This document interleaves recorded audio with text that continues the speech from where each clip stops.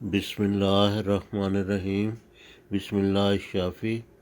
گلے کا ورم، زخم، نزلہ گرنا، پرانا سر درد، کھانسی، چکر وغیرہ سے آرام۔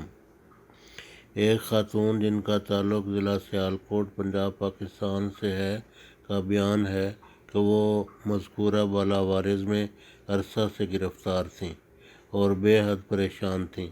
ایلوپیتھک ادویات سے صرف وقتی آرام آتا تھا۔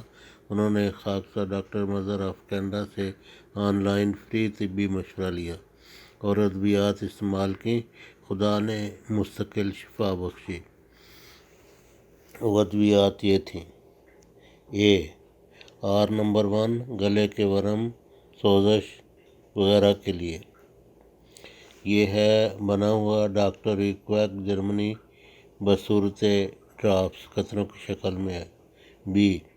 سلیشیا 6X 30 گرام لوکل، کلکیلیا فلور 6X 30 گرام لوکل، زکام و گلے کی بعض مخصوص علامات کے لیے یہ دوائی استعمال کی گئی، سلیشیا اور کلکیلیا فلور۔ اطریفل زمانی کرشی، دائمی نزلہ زکام کے لیے، اطریفلس و خدوس، پرانا سر درد اور چکر وغیرہ کے لیے۔ شربت بنفشہ کرشی، کھانسی، نزلہ، زکام، گلے کی خرابی وغیرہ۔ ترکیبیں استعمال: 500 ml والی نیسلے کی منرل واٹر کی بوتل میں R1 کے 50 قطرے ڈال کر 12 مرتبہ زوردار جھٹکے دیں۔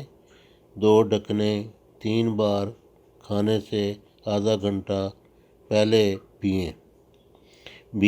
4 گولیاں 3 مرتبہ چوسیں۔ 3 سے 4 مرتبہ چوس سکتے ہیں۔